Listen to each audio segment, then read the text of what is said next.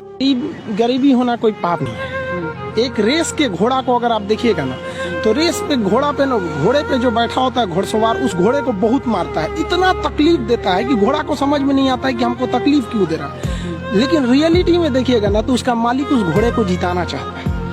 उसी तरह हमारा मालिक भगवान है। अगर हमें गरीबी दे रहा है, तकलीफ दे रहा है ना, तो आप इससे घबराइए नहीं। वो मालिक हमें जिताना चाह रहा है, और आप रेस छोड़ के भाग जाइएगा तो क्या करेगा वो? तो आपको जिताना चाह रहा है। तो गरीबी कोई नहीं। हम लोग खुद जब अपने स्टूडेंट लाइफ में थे, तो हम लोग उसमें गुरुद्वारा में जाके खाना खाए थे। ये हालत था हम लोग का। इसीलिए हम भी अब कभी कभी जहाँ पे मतलब फ्री डोनेशन में नहीं, समाज सेवी लोग खाना खिला देते हैं, उतना घर से हम लोग कभी कुछ नहीं था, तो वहाँ जाके खाना खा लेते थे। इसीलिए अब जब आदमी के पास है, तो हम लोग भी थोड़ा अनाथ आश्रम या ऐसी चीज़ों पे हेल्प कर देते हैं। तो ऐसा नहीं है कि हम लोग भी बहुत बड़े घर से आए थे लोग, ऐसा नहीं है।